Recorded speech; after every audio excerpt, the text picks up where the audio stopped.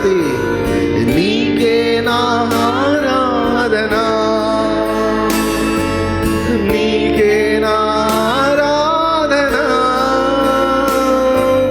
నీకే నా ఆరాధనా, నీకే నీకే ఆరాధనా, నీకే నీకే ఆరాధనా. స్తుతులు అందుకో పూజార్హుడా, ఘనతనుందుకో నా యేసయ్యా. స్తుతులు అందుకో పూజార్హుడా, ఘనతనుందుకో నా యేసయ్యా. నీకే నా ఆరాధన, నీకే నా ఆరాధన. చేతులు పైకెత్తి నీకే నా, పూర్ణ హృదయంతో పాడదాం, పూర్ణ మనసుతో. నీకే నా నీ నోరు బాగా తిరుగు, నేను దాన్ని నింపేదని అంటున్నాడు. ఆరాధనా నీకే నీకే నీకే ఆరాధనా, నీకే నీకే ఆరాధనా. నీలాంటి పరిశుద్ధుడెవరు,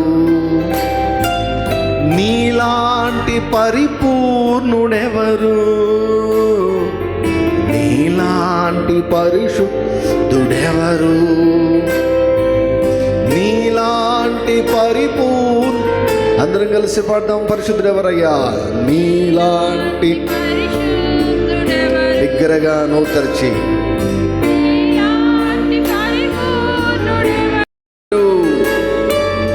నీలాంటి పరిశుద్ధుడెవరు,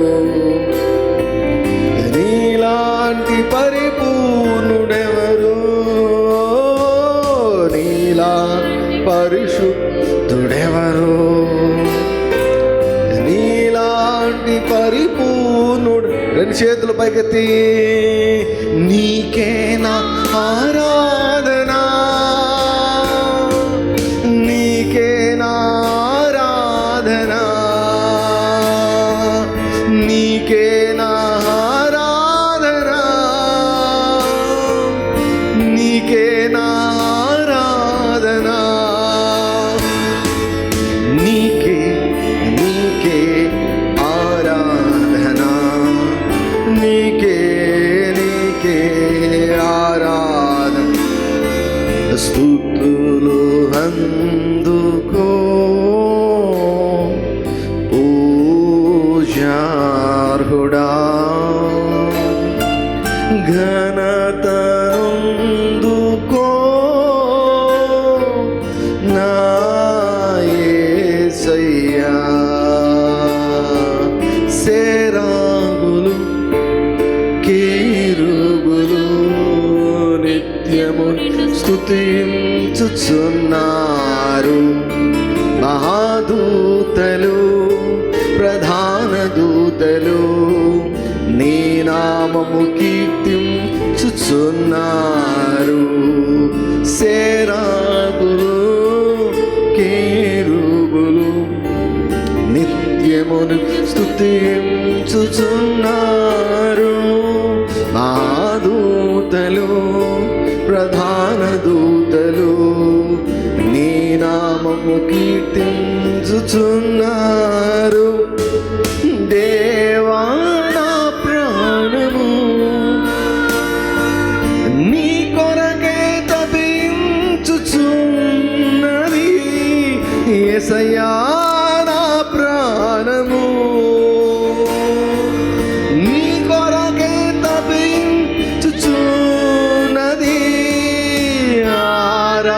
ఆరాధింతును ఆరాధింతును ఆరాధింతును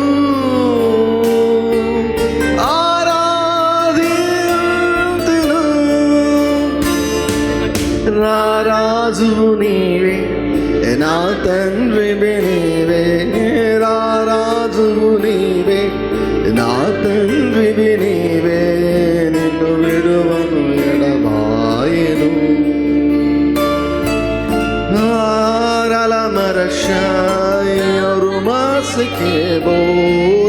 రాజువు నీవే, నా తండ్రివి నీవే, నిన్ను విడువను ఎడబాయను, నిన్ను విడువను ఆరాధన ఆరాధన ఆరాధన నీకే ఆరాధన ఆరాధన ఆరాధన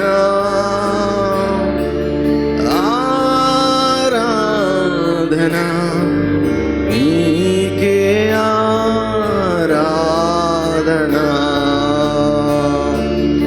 ఆశ్చర్యకరుడా, ఆలోచనకర్త, ఆశ్చర్యకరుడా, ఆలోచనకర్త, బలమైన దేవా, నిత్యుడవగు తండ్రి, బలమైన దేవా, నిత్యుడు. ఆశ్చర్యకరుడా, ఆశ్చర్యకరుడా, ఆలోచనకర్త, ఆశ్చర్యకరుడా, ఆలోచనకర్త, బలమైన దేవా, నిత్యుడవగు తండ్రి, బలమైన దేవా, నిత్యుడవగు తండ్రి, సమాధానకర్తయగు అధిపతి నీవే, నారాధన నీకే.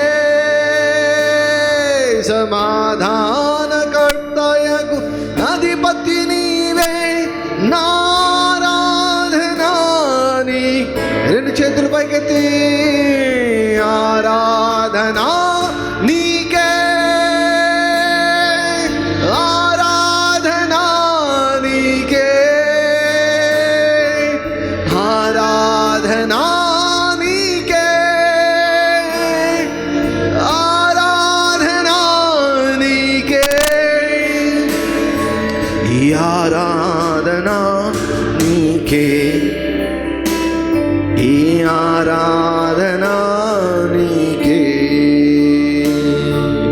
పరిశుద్ధుడా, పరిశుద్ధాత్ముడా, పరిశుద్ధుడా, పరిశుద్ధాత్ముడా, ఆరాధన నీకే, ఆరాధన నీకే, ఆరాధన ఆరాధన ఆరాధన నీకే, ఆరాధన ఆరాధన. Thank you lord. ఆరాధన, we worship you. ఆరాధన నీకే.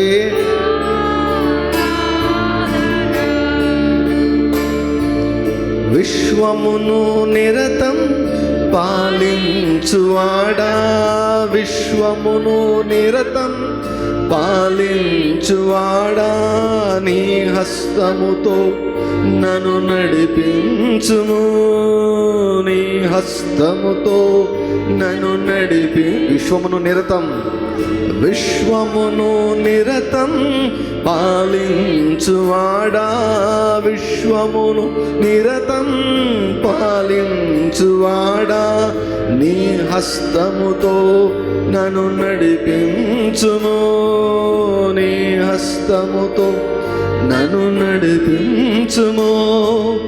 నీ రెక్కల ఒడిలోనే నా క్షేమము దేవా, నా హృదయమునర్పింతును. నీ రెక్కల ఒడిలోనే నా క్షేమము దేవా, నా హృదయము అర్పింతును. నా హృదయమునర్పింతును, నా హృదయమునర్పింతును. చేతులు పైకెత్తి ఆరాధింతు ఆరాధింతు ఆరాధింతును నిన్నే, ఆరాధింతు ఆరాధింతు ఆరాధింతును నిన్నే.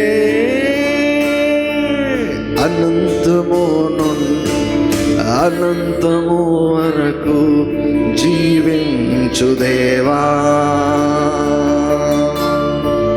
నిత్యత్వము నుండి నిత్యత్వము వరకు నివసించు దేవా. అనంతము నుండి అనంతము వరకు జీవించు దేవా, నిత్యత్వము నుండి నిత్యత్వము వరకు నివసించు దేవా. ఈ భువికి ఎల్లలను నియమించినావు, సంద్రాలకు సరిహద్దు స్థాపించినావు. ఈ భువికి ఎల్లలను నియమించినావు, సంద్రాలకు సరిహద్దులు స్థాపించినావు.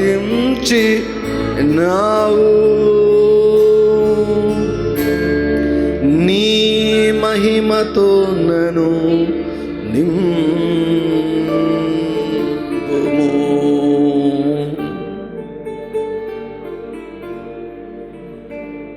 నీ మహిమతో నన్ను నింపుము. సంపూర్ణమైన నీ చిత్తమే, అనుకూలమైన సంకల్పమే, సంపూర్ణమైన నీ చిత్తమే, అనుకూలమైన సంకల్పమే జరిగించు సున్నావు నన్ను విడువక. నా ధైర్యము నీవేగా, నీవే నీవే నా జయ గీతము, నీవే నీవే నా స్తుతి గీతము. నీవే నీవే నా జయ గీతము, నీవే నా స్తుతి గీతము. నీవే నీవే నా అతిశయము, నీకే నీకే నా ఆరాధనా. నీవే నీవే నా ఆనందము, నీవే నీవే నా ఆధారము. నీవే నీవే నా ఆనందము, నీవే నాకు ఆధారము.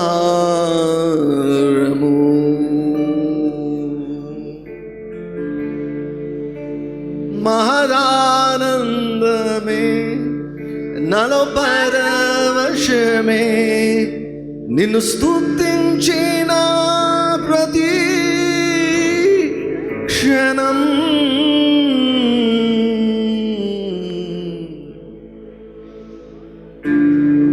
We bow down before you,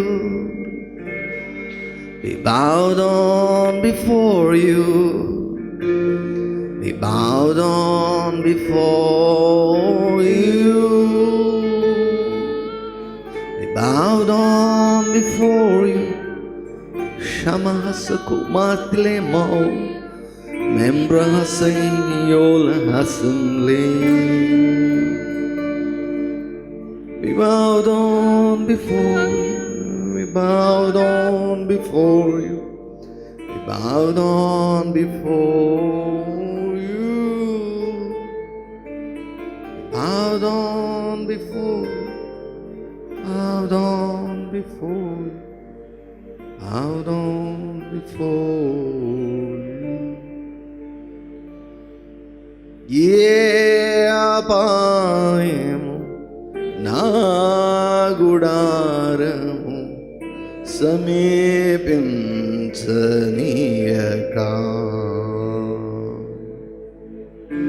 thank you lord, thank you Jesus. గడిచిన వారం అంతటిని బట్టి మీ కృతజ్ఞతలు చెల్లిస్తూ మరొక ప్రభు దినంలో మమ్మల్ని ప్రవేశపెట్టి ఉదయకాలం నుంచి మీ సన్నిధిలో మమ్మల్ని నిలిపి ఈరోజు సాయంకాలం మీ ఇంటికి వచ్చే ధన్యతను మాకు దయచేశారయ్యా. మిమ్మల్ని దర్శించుకునే భాగ్యాన్ని దయచేశారు. నీ ఇంటిలోనికి వచ్చే కృపను మాకు ఇచ్చారు. Thank you lord. మీ ఇంటికి వచ్చాం, మీ సన్నిధిలో ఉన్నాం తండ్రి. మమ్మల్ని స్పర్శించండి, మమ్మల్ని దర్శించండి, మాతో మాట్లాడండి, మా కళ్ళు తెరవండి.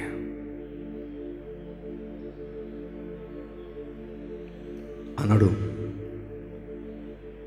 శిష్యుల కళ్ళు తెరిచినటువంటి దేవుడు, ధర్మశాస్త్రంలో ఆశ్చర్యకరమైన సంగతులను చూచినట్లు ఈరోజు కళ్ళను తెరవండి, చెవులను విప్పండి అయ్యా. మనసుకు సున్నతి చేయండి, మనసును మెత్త చేయండి, మలచండి, మీలాగా మార్చుకోండి. Thank you lord. Praise Jesus. We praise, we worship. ఈ సమయాన్ని పరిశుద్ధాత్మ చేతికి అప్పగిస్తూ ప్రతి ఒక్కరికి క్షేమాన్ని దయచేయమని, సంతోషంతో ఈ స్థలం నుంచి తోడుకొని పొమ్మని యేసుక్రీస్తు వారి ఘనమైన ఉన్నతమైన పరిశుద్ధమైన నామములో ఈ కృతజ్ఞత స్తుతి ఆరాధనను సమర్పిస్తున్నాము తండ్రి. ఆమేన్. దయచేసి కూర్చోండి. Thank you lord Jesus. Thank you lord. Hallelujah.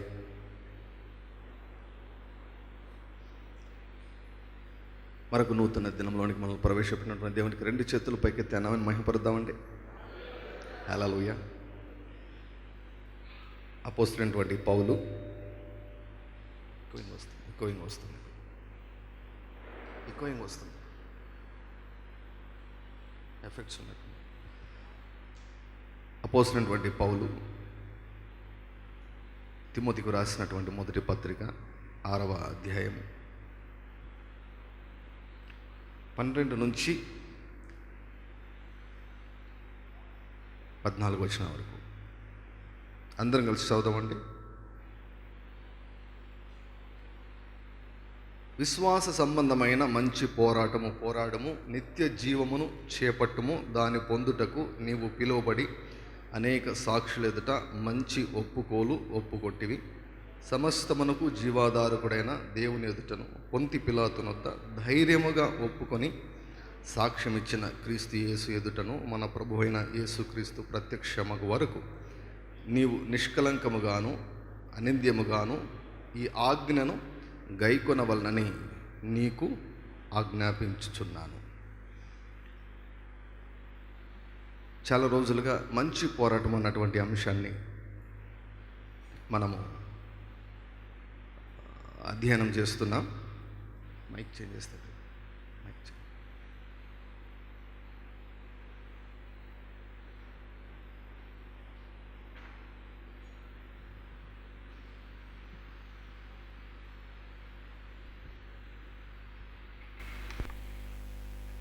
Thank you lord Jesus. అనేక సంగతులను ఆత్మదేవుడు మనకు బోధిస్తూ వస్తున్నాడు. సో ఎంతమంది చాలా సంగతులు నేర్చుకుంటున్నారు? మరి మీరేమో కానీ చాలా చాలా స్థలాల నుంచి నాకు ఫోన్స్ వస్తున్నాయి.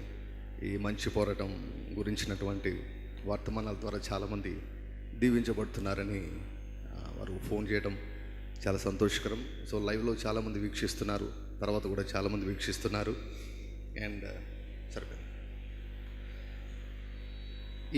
ఈ టాపిక్ను అధ్యయనం చేయడం వలన నేను కూడా చాలా దీవించబడుతున్నాను. నేను కూడా చాలా బ్లెస్ అవుతున్నాను. యాక్చువల్గా ఒక మాటలో చెప్పాలంటే, ఎప్పుడైనా ఇది టీచర్లకు బాగా తెలిసి ఉంటుంది. స్టూడెంట్స్ కంటే టీచర్లే ఎక్కువగా నేర్చుకుంటారు. ఎందుకంటే వాళ్ళకు బోధించాలంటే వీళ్ళు చాలా సమయము ఈ అధ్యయనం చేయడంలో మునిగిపోవాలన్నమాట. సో కాబట్టి పదే చదవడం మూలంగా ఎక్కువ ఎక్స్పోజ్ కావడం వల్ల, ఎక్కువ స్టడీ చేయడం వల్ల స్టూడెంట్స్ కంటే టీచర్సే బ్లెస్ అవుతారు.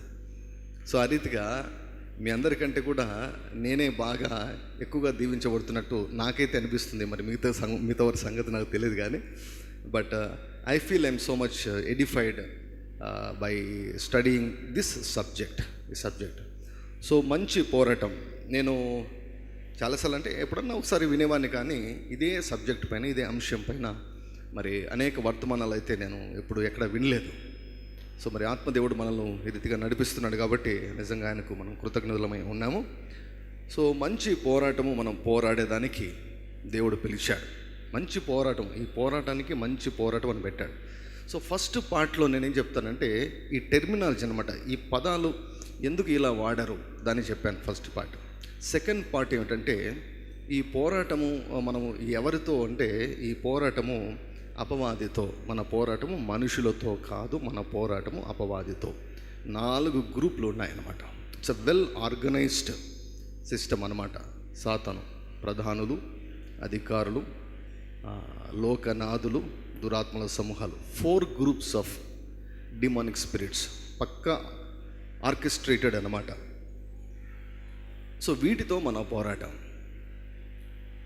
కాబట్టి ఈ అపవాదికి మన జీవితంలో ఎప్పుడు చోటు దొరుకుతుంది, లేకపోతే అవకాశం దొరుకుతుంది అన్న అంశాన్ని బాగా మనం అధ్యయనం చేస్తాం చాలా వారాలు. నియర్లీ ఒక 10 డోర్ వేస్ మీకు చూపించాను. 10 మార్గాల ద్వారా అపవాదికి మనం చోటు ఇచ్చిన వారం అవుతాం. అంటే అది మనకు దేవుడు స్వంత చిత్తానికి ఇచ్చాడనమాట. సో మనకు ఫ్రీ విల్ని ఇచ్చాడు దేవుడు. అంటే నీవు సేటన్కు యాక్సెస్ ఇవ్వచ్చు, ఇవ్వకుండా పోవచ్చు. హవ్వ పండు తినచ్చు, తినకుండా పోవచ్చు. తింటే దేవుడు వచ్చి ఆపడు.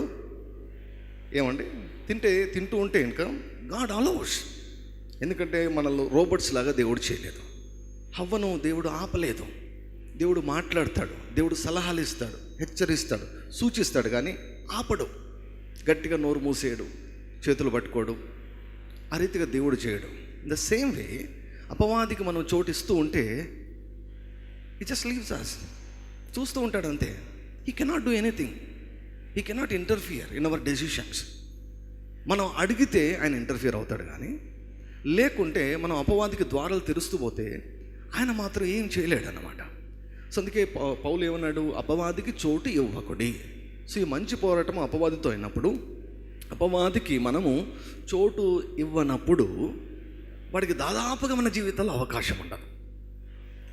So if we don't give him a place, then most of the time he will not have any access into our life. So కాబట్టి వానికి చెక్ పెట్టాలి అంటే వాడి వేస్ ఏమో మనం తెలుసుకోలేదు. సో కొన్ని వేస్ మనం చూసాం, ఒక 10 వేస్ చూసాం. ఇవన్నీ కూడా ప్రీవియస్ మెసేజెస్లో ఉన్నాయి. మనం ఇంకా కాస్త మనం ముందుకు వెళ్తాం. సో దీన్ని మంచి పోరాటం అని దేవుడు ఎందుకు పిలిచాడంటే, యాక్చువల్గా పోరాటం అయిపోయింది. Jesus fought the battle and finished.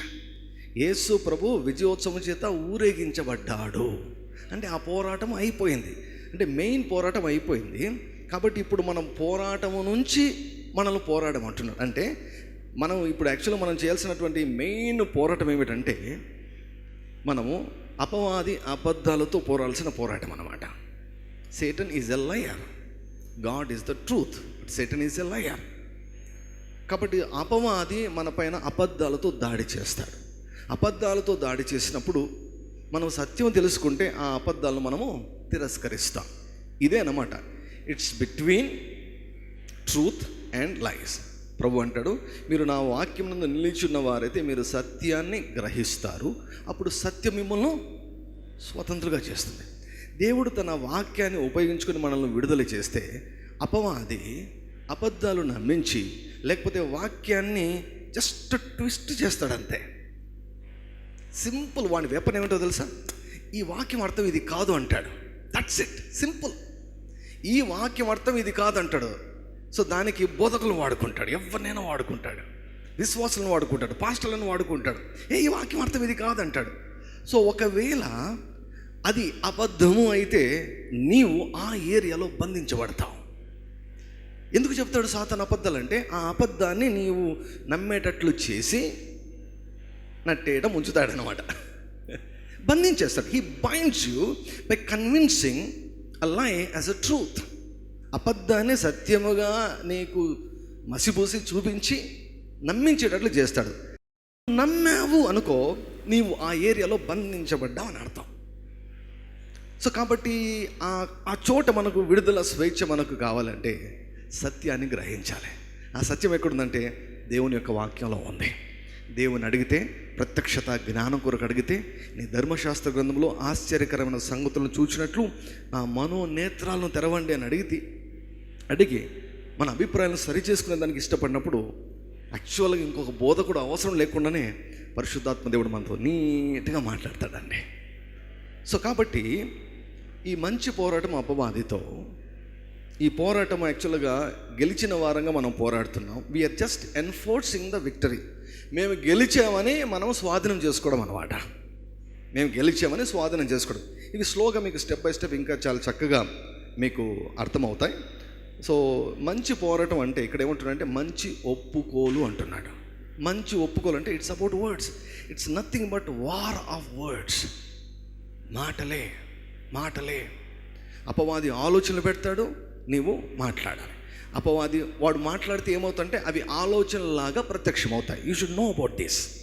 కొమ్ములు పెట్టుకొని నల్లగా కనిపించాడు, కళల్లో దయ్యాలు కనిపిస్తాయి కదా, అలా ఉండడు Satan. He is a very very beautiful person. చాలా అందంగా ఉంటాడు. వాడి స్వభావం అంత డార్క్గా ఉంటుంది, కానీ he is a very very beautiful. అసలు వాక్యంలో వాడి గురించి ఏం వర్ణన ఉందని, ఎంత అందగాడంటే అంత అందగాడు అన్నమాట. సో అపవాది మాట్లాడినప్పుడు అవి ఆలోచనలాగా ప్రత్యక్షమవుతాయి. సో వాటికి మనము జవాబు ఇవ్వాల్సిన వారంగా ఉంటున్నాం. That is the warfare.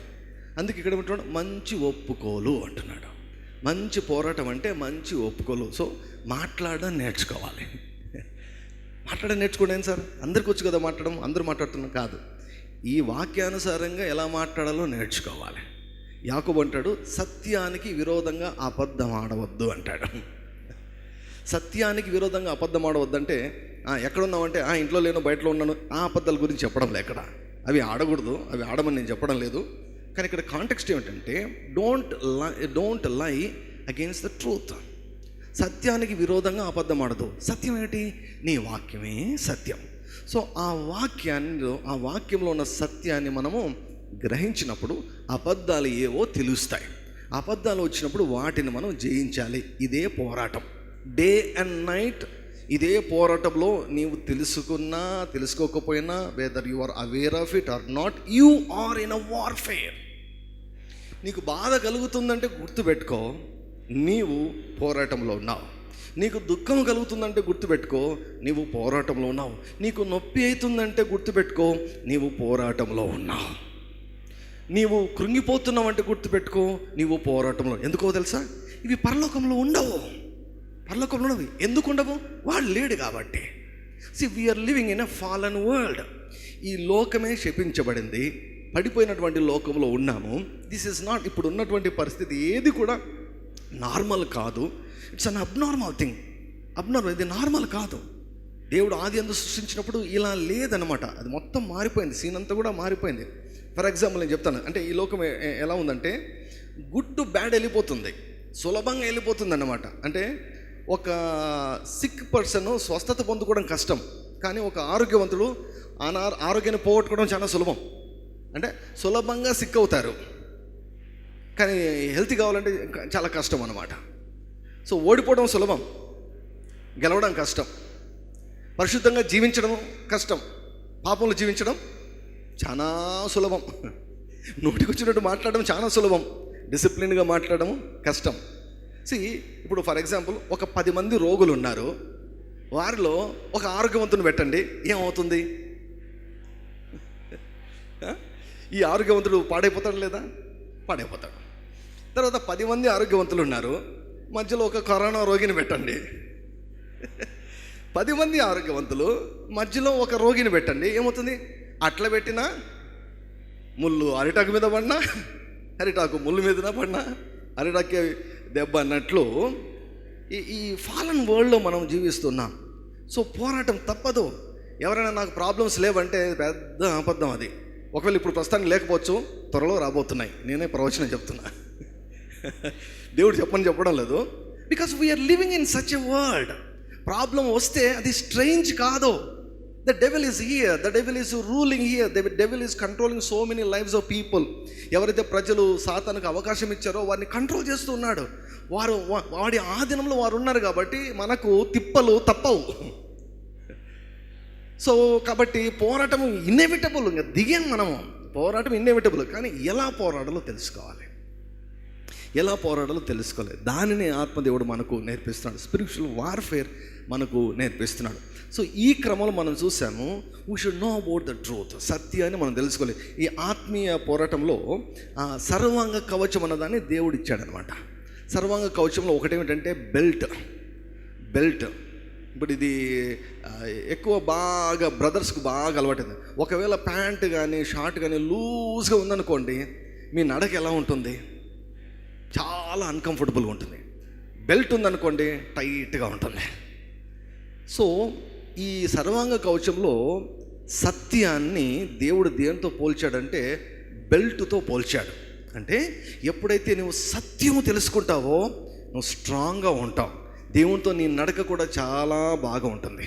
Your walk with the lord will be very good if you tie the belt around your waist. Belt అంటే సత్యం, అంటే సత్యము తెలుసుకోవాలి. మీకు తర్వాత వాక్యం కూడా నేను చూపించాను. పేతురు రాసినటువంటి మొదటి పత్రిక 5వ అధ్యాయంలో ఏమన్నాడంటే, విశ్వాసమందు స్థిరులై అప్పుడు వాడిని ఎదిరించండి. సో అపవాదిని ఎదిరించేదానేమో కంటే ముందుగా మన విశ్వాసమందు స్థిరపడాలి. విశ్వాసమందు స్థిరపడాలి అంటే, విశ్వాసం అంటే నమ్మకం.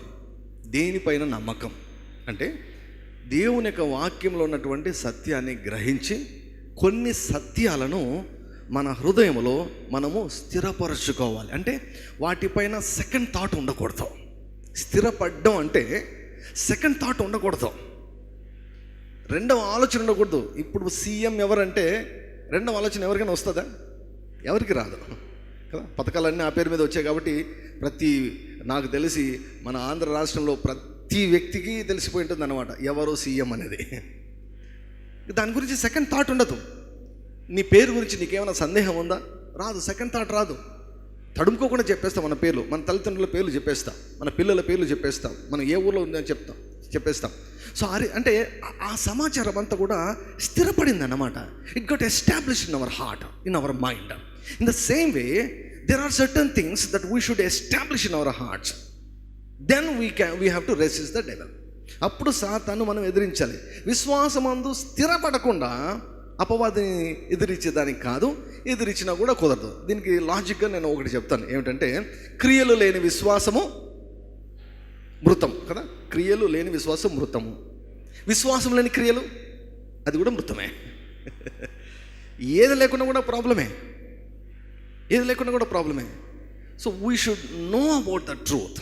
సత్యాన్ని తెలుసుకోవాలి, స్థిరపరచుకోవాలి, ఎస్టాబ్లిష్ అయిపోవాలి. అంటే దానికి విరోధంగా ఏ ఆలోచన వచ్చినా కూడా ఇమ్మీడియట్గా దాన్ని రెసిస్ట్ చేయగలగాలి. ఇది పర్సనల్ స్పిరిచువల్ వార్ఫేర్,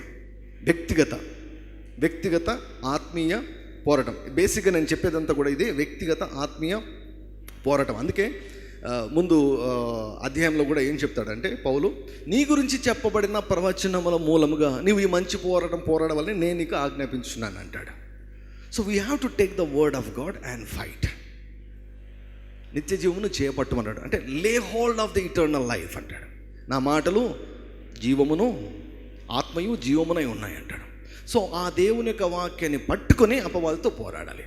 సో నీకు సంబంధించిన దేవుని యొక్క వాక్యం అంటే అర్థం ఏమిటి అంటే, ఏ విషయాలు తెలుసుకోవాలంటే you should know about God, you should know about your self, you should know about your enemy, and you should know about the people around you. వీటికి మించి ఏమైనా ఉన్నాయా ఇంకా? ఇంకెవరు లేరు. సో దేవుని గురించి నువ్వు తెలుసుకోవాలి, తర్వాత నీ గురించి నువ్వు తెలుసుకోవాలి, తర్వాత నీ శత్రువైన అపవాది గురించి నువ్వు తెలుసుకోవాలి, తర్వాత నీ చుట్టూ ఉన్నటువంటి మనుషుల గురించి నువ్వు తెలుసుకోవాలి. ఇంతే, ఇది తెలుసుకోవాలి. తెలుసుకున్న తర్వాత అదే రకంగా ఆలోచించడం మొదలుపెట్టాలి, వాటిని స్థిరపరచుకోవాలి. ఫర్ ఎగ్జాంపుల్, దేవుని గురించి తెలుసుకోవాలంటే మీకు చెబుతూ వస్తున్నాను, గాడ్ ఈజ్ లవ్. దేవుడు ప్రేమయై ఉన్నాడు, ఆ ప్రేమ మారదు. హల్లెలూయా. ఆ ప్రేమ మారదండి. We should understand God properly.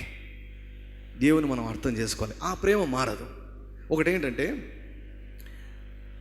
నీవు మంచి కార్యాలు చేస్తే ఆయన ప్రేమ పెరగదు, నువ్వు చెడు కార్యాలు చేస్తే ఆయన ప్రేమ తగ్గదు.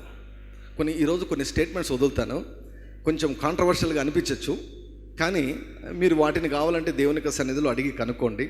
దేవుడు నమ్ము అంటే నమ్మండి, లేకపోతే జస్ట్ వదిలేసేయండి. కొన్ని స్టేట్మెంట్స్ ఈరోజు చెప్తాను నేను. Your actions can never change the love of God for you. నీ యాక్షన్స్, నీ యొక్క క్రియలు దేవుని యొక్క ప్రేమను, నీ పైన ఉన్న దేవుని ప్రేమను అస్సలు మార్చలేవు. నువ్వు ఎన్ని తప్పులు చేసినా నీ పైన దేవుని ప్రేమ మాత్రం మారే ప్రసక్తే లేదు.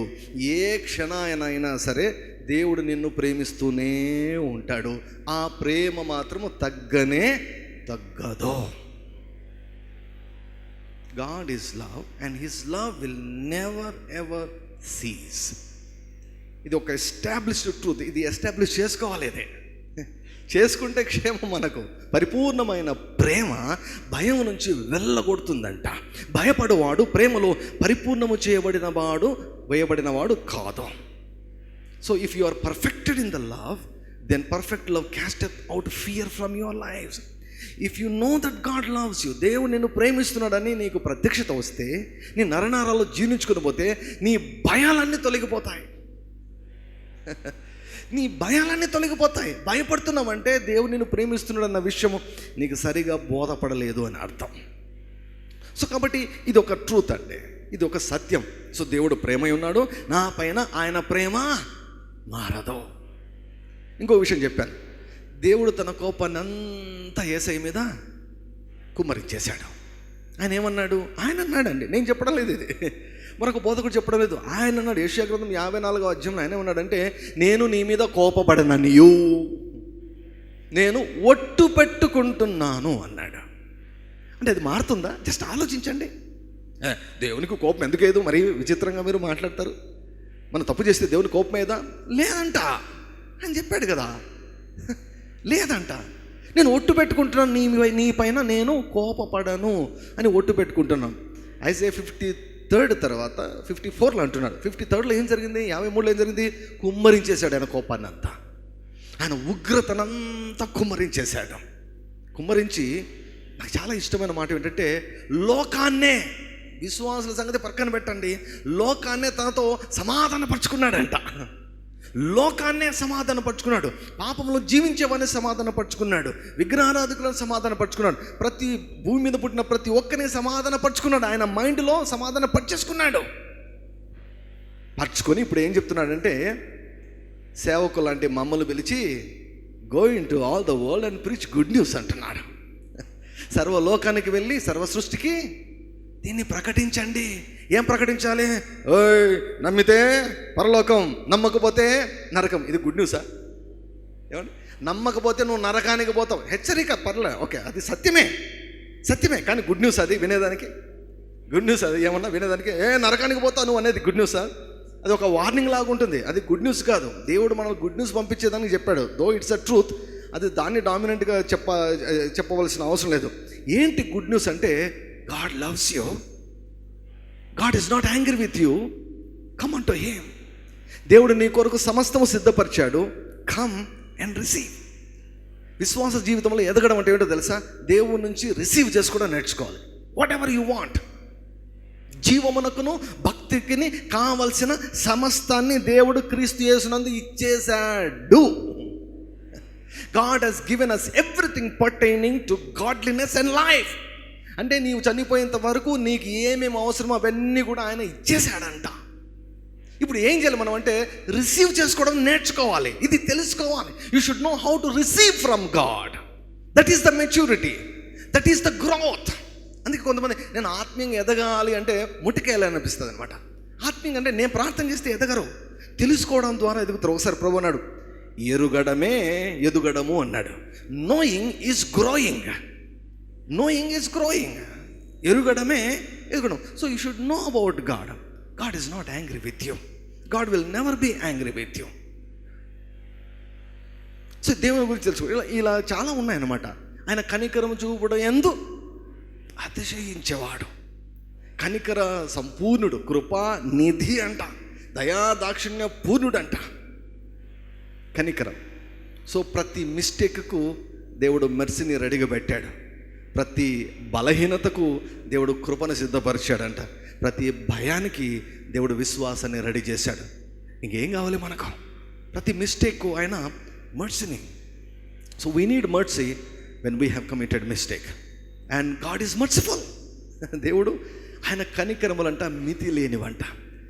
ఇంత మంచి దేవుని గురించి తెలుసుకున్న తర్వాత we should keep on thanking God, worshipping God and praising God. ఇందులో మనం మునిగిపోవాలండి, ఆయన స్తుతిస్తూ కృతజ్ఞతలు చేస్తూ మునిగిపోవాలి. So this is about God. మర్చుకు నేను చెప్పాను ఎగ్జాంపుల్. సో కాబట్టి ఏదైనా దేవుడు నీ మీద కోపంగా ఉన్నాడు అన్న ఆలోచన వస్తే ఏం చేయాలి? వెంటనే పోరా, ఇటువంటి ఆలోచనలు వస్తే నో, ఇంపాసిబుల్. నా పైన దేవునికి ప్రేమ తగ్గడం అన్నటువంటిది ఇంపాసిబుల్. పాస్టర్ గారు ఇలా చెబితే విచ్చలవిడిగా జీవించరా? దాని గురించి కూడా ఈరోజు చెప్పబోతున్నాను నేను. విచ్చలవిడిగా జీవించరా? రెండు రకాల రియాక్షన్లు చెబుతాను. నువ్వు ఏం చేసినా దేవుని ప్రేమ తగ్గదంటే రెండు రకాలుగా ఒక మనిషి ప్రవర్తించవచ్చు. ఒకటి ఏమిటో తెలుసా? అబ్బా లైసెన్స్ దొరికిందని విచ్చలవిడిగా జీవించవచ్చు ఒకటి. రెండవది, ఇంత మంచి దేవుడా అని ఆయన ఎదుట సాగిలపడి ఇంకా దేవునికి దగ్గరైనా కావచ్చు. ఈ రెండు రియాక్షన్స్, రెస్పాన్సెస్ వచ్చేదానికి ఆస్కారం ఉంది. సో సరి అయిన వ్యక్తి, మానసికంగా సరిగా ఉన్నటువంటి వ్యక్తి ఎలా స్పందిస్తాడంటే, ప్రభువా నిజమా, నాపై నీ ప్రేమ మారదా? ఎంత మంచి దేవుడవయ్యా, ఎంత గొప్ప దేవుడవయ్యా అని ఆయన దగ్గరికి వచ్చేస్తాడు. లేదు ఇలా కాదు, దేవుడు ప్రేమ కదా. ఇప్పుడు ఒక గ్రేస్ టీచింగ్ అని చాలా వైరల్ అవుతుందన్నమాట. అంటే కొన్ని సంవత్సరం నుంచి గ్రేస్ గ్రేస్ గ్రేస్ అంటూ చెప్పుకుంటూ, అంటే చాలామందికి అర్థమైంది ఏంటంటే, అన్ని మెసేజ్లు వినరు చాలామందికి అర్థమైంది ఏంటంటే, గ్రేస్ మెసేజ్లు అంటే నువ్వు ఏమైనా చేసుకోవచ్చు, ఏం కాదు. ఇదనమాట గ్రేస్ మెసేజ్. నువ్వు ఏమైనా చేసుకోవచ్చు, ఏం కాదు.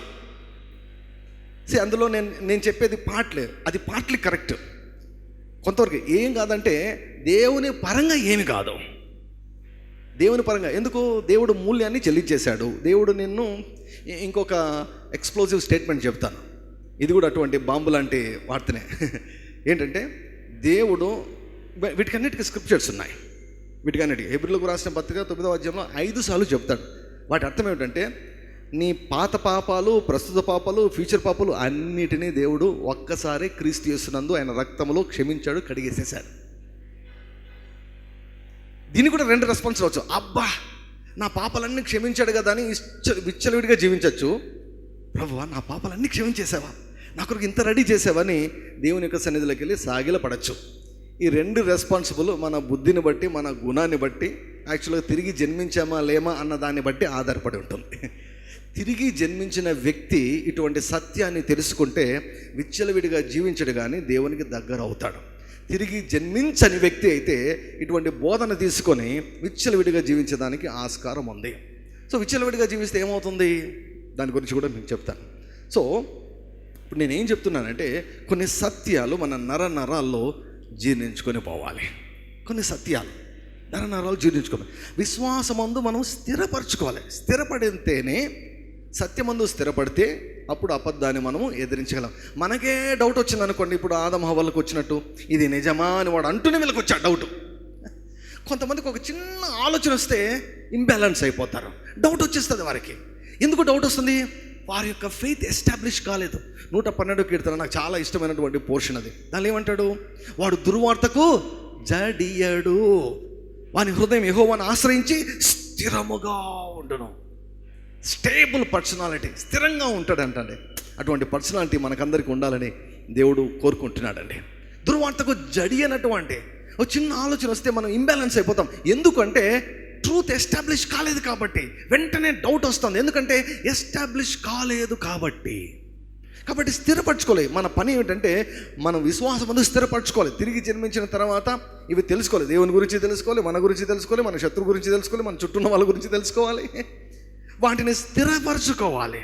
స్థిరపరచుకున్నప్పుడే, సత్యములో స్థిరపడినప్పుడే అబద్ధాన్ని సులభంగా మనము ఎదిరించగలం. కొన్ని సత్యాలు నా నరాల్లో జీర్ణించుకొని పోయాయి. సో నాకు ఎటువంటి ఆలోచనలు వచ్చినా కూడా అపవాది నన్ను మోసం చేయలేడు. ఇక ఎందుకు? ఆ విషయాల్లో నన్ను నేను స్థిరపరచుకున్నా. ఇంకా కొన్ని విషయాలు ఉన్నాయి, వాటిని కూడా నేను స్థిరపరచుకోవాలి. సో ఇది నా మెయిన్ హోంవర్క్ అన్నమాట. విశ్వాసులు ఈ హోంవర్క్ చేయాలండి. చాలామంది చేయరు. ఆదివారం చర్చకు వచ్చిపోతే సరిపోతుంది అనుకుంటారు. నో, దివారాత్రం ధ్యానించేవాడే ఏం చేసినా సఫలం అవుతుంది. ఎప్పుడో సండే ఒక్కటి మాత్రం దేవుని గురించి గుర్తుపెట్టుకుంటే సఫలం కాదన్నమాట. So we need to do homework. We should establish certain things in our hearts. So కాబట్టి ఈ మెయిన్ కూడా సిలువ దగ్గర దేవుడు చాలా కార్యాలు చేశాడు. వాటి గురించి మనం తెలుసుకోవాలి. సిలువ దగ్గర చాలా కార్యాలు చేశాడు, చాలా జరిగాయండి. ప్యాషన్ ఆఫ్ ది క్రైస్ట్ మనకి ఏం కనిపిస్తుంది? ఆయన భౌతిక బాధ కనిపిస్తుంది, ఫిజికల్ సఫరింగ్. మనం చెబుతుంటాం కదా, కళ్ళతో చేసిన పాపాలు బట్టి ఆయన కన్నీరు గార్చాడు. తర్వాత మైండ్తో చేసిన పాపాన్ని బట్టి ఆయన ముళ్ళ కిరీటం పెట్టుకున్నాడు. చేతులతో చేసిన పాపాన్ని బట్టి మేకులు, కాళ్ళతో పాపం బట్టి కాళ్ళ మేకులు, ఒళ్ళుతో చేసిన పాపాన్ని బట్టి ఒళ్ళులో బల్లెం. ఇంతవరకే అన్నమాట. సువార్తలకు పత్రికలకు తేడా ఏమిటి అంటే, సువార్తలు భౌతికంగా యేసు ప్రభుకి ఏం జరిగాయో చూపించారు. సువార్తికులు అందరూ కూడా, నలుగురు సువార్తికులు 4 సువార్తల్లో యేసు ప్రభువునకు భౌతికంగా ఎటువంటి సఫరింగ్ వచ్చిందనే చూపించారు. ఓకే, కానీ పత్రికల్లో ఈ కళ్ళకు కనిపించనివి చూపించాడు. హల్లెలూయా. ఈ కళ్ళకు కనిపించనివి, ఈ చెవులకు వినపడనివి, ఈ న్యాచురల్ మైండ్, కార్నల్ మైండ్ అంటారు. కార్నల్ మైండ్ అంటే శరీరానుసారమైన మనసు, అంటే పాపాలు చేసే మనసు అని కాదు. ఒకవేళ పాపాలు చేసే మనసు ఈ కేటగిరీకి ఇందుకే వస్తుంది. శరీరానుసారమైన మనసు అంటే ఇంగ్లీష్లో కార్నల్ మైండ్ అంటాం. కార్నల్ మైండ్ ఏంటంటే which is controlled by the 5 senses.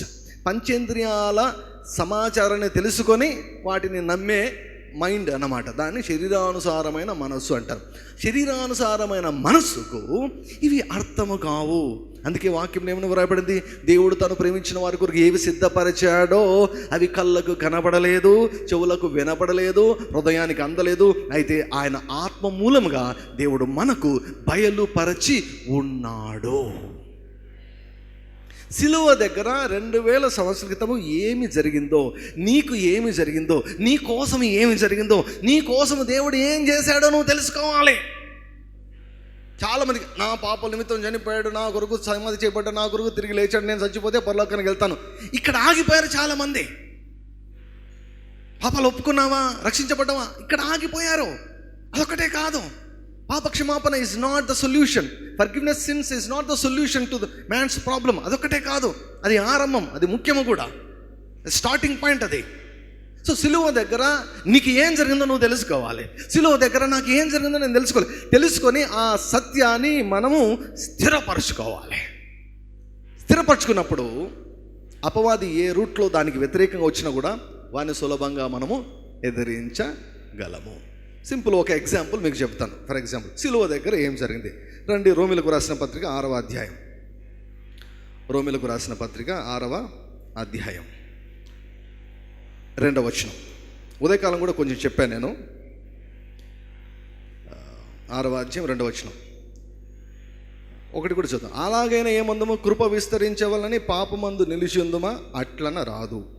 So బైబిల్లో ఎక్కడ కూడా పౌలు గారు కృప గురించి ఎంత చెప్పినా కూడా పాపము చేయమని ఏమాత్రం కూడా ఎంకరేజ్ చేయలేదు. ఓకే, పాపము విషయమై చనిపోయిన మనము ఇక మీదట ఏలాగు దానిలో జీవింతము. ఏమంట? పాపం విషయమై మనకి ఏం జరిగింది? మరణం వచ్చిందంట. మనం చనిపోయామంట. మనం ఎప్పుడు చనిపోయాం? బ్రతుకున్నాం కదా. ఇప్పుడు చనిపోయింది యేసు ప్రభు కదా. కాదు కాదు కాదు, ప్యాషన్ ఆఫ్ ది క్రైస్ట్ చూస్తే అదే కనపడుతుంది మనకు. 4 సువార్తలు చదివితే అదే కనిపిస్తుంది. పత్రికలు చదివితే ఏం కనిపిస్తుంది తెలుసా? ఆయన చనిపోయింది, నీవు కూడా చనిపోయావు. నీవు చనిపోయావంటే ఎవరు చనిపోయారు? చూడండి 6వ వచనం చూడండి. ఏమనగా మనం ఇకను పాపమునకు దాసులము కాకున్నటకు పాప శరీరము నిరర్థకమగునట్లు మన ప్రాచీన స్వభావము ఆయనతో కూడా సిలువ వేయబడినని మనం ఎరుగుదము. ఈ కళ్ళతో చూస్తే ముళ్ళ కిరీటం కనపడుతుంది, రక్తము కనపడుతుంది, దేహము దున్నబడిన దేహం కనపడుతుంది. ఈ కళ్ళతో చూస్తే ఆత్మీయ నేత్రాలు దేవుడు తెరిచి చూపిస్తే ఏం కనిపిస్తుందంటే ఆయనలో నీ పాప స్వభావము కనిపిస్తుంది. నీ పాప స్వభావం కనిపిస్తుంది. Let us personalize this. ప్రతి ఒక్కరిలో ఉన్నటువంటి ఆ స్వభావం, నేచర్ అంటాం అన్నమాట. పాప స్వభావము ఏం చేశాడు దేవుడు యేసు ప్రభువు పైన వేసి దాన్ని మేకులతో సిలువ కొట్టేసేసాడు. ఇది నీవు తెలుసుకోవాలి. ఇక్కడ ఏమంటున్నాడు చూడండి, మన ప్రాచీన స్వభావం ఆయనతో కూడా సిలువ వేయబడనని ఎరుగుదుము. ఎరగాలండి, మనము తెలుసుకోవాలి. That's why we have to read the Bible. This is a document. ఇందులో మన ఆస్తి ఉంది, ఇందులో మన స్వాస్థ్యం ఉంది, ఇందులో మన యొక్క హక్కులు ఉన్నాయి, ఇందులో మన అధికారం ఉంది, ఇందులో మన బాధ్యతలు ఉన్నాయి, ఇందులో క్రమం ఉంది. సో తెలుసుకోవాలంట. ఎరుగుదము అంటున్నాడు. నో కదా, మీకు తెలుసు కదా, ఆల్రెడీ రోమిలకు రాస్తారు, మీకు తెలుసు కదా, చెప్పాను కదా, నేను ఆల్రెడీ డిస్కస్ చేశాను కదా, ఆల్రెడీ మీకు రివీల్ చేశాను కదా. You were dead with Christ. Your old man died with Christ. నీ ప్రాచీన పాప స్వభావము క్రీస్తుతో కూడా సిలువ వేయబడింది. చచ్చిపోయిందంటే ఇక లేకుండా పోయిందని కాదు. ఇప్పుడు ఒక చచ్చిపోయిన వ్యక్తి లేపమంటే లేగలేడు. సో దాన్ని మనం ఆ రీతిగా అర్థం చేసుకోకూడదు. డెత్ అంటే సపరేషన్, మరణము అంటే వేరు కావడం. నేను ఆత్మను, నాకు మనసు ఉంది, నేను ఈ దేహంలో నివసిస్తున్నాను. ఇది అర్థం కాకపోతే ఒక దైవజనుడు భలే చెప్పాడు, సగం బైబిల్ అర్థం కాదంట. I'm a spirit, I have a mind and I live in a physical body. నా మనసు పూర్తిగా మారదు, నా దేహము పూర్తిగా మారదు. యేసు ప్రభువును సొంత రక్షకునిగా అంగీకరించినప్పుడు దేవుడు నూతన సృష్టిగా చేసేది ఎవరినంటే మైండ్ను కాదు, బాడీని కాదు, మనసును కాదు, దేహాన్ని కాదు, ఆత్మను. ఆత్మయే అసలైన వ్యక్తి. దేవుడు ఆత్మ గనుక దేవుడు మనసు కాదు, దేవుడు దేహము కాదు. Man is not a body, man is a spirit. Angels are a spirit. ఇది ఒక క్లాస్ అండి. క్లాసిఫికేషన్ చేస్తే వీళ్ళంతా ఒక క్లాస్లోకి వస్తారు. మెమ్మే లేకిందికి మనం దేవుని యొక్క సబ్జెక్ట్, దేవుడు అనేది సబ్జెక్టు సైన్స్లో లేదు కాబట్టి ఆ క్లాసిఫికేషన్లో గ్రూప్ రాలేదన్నమాట. సో మనం గాడ్ క్లాస్ కిందకి చెందినటువంటి వారు. God is a spirit, man is a spirit and angels are spirit beings. So నేను ఒక ఆత్మను.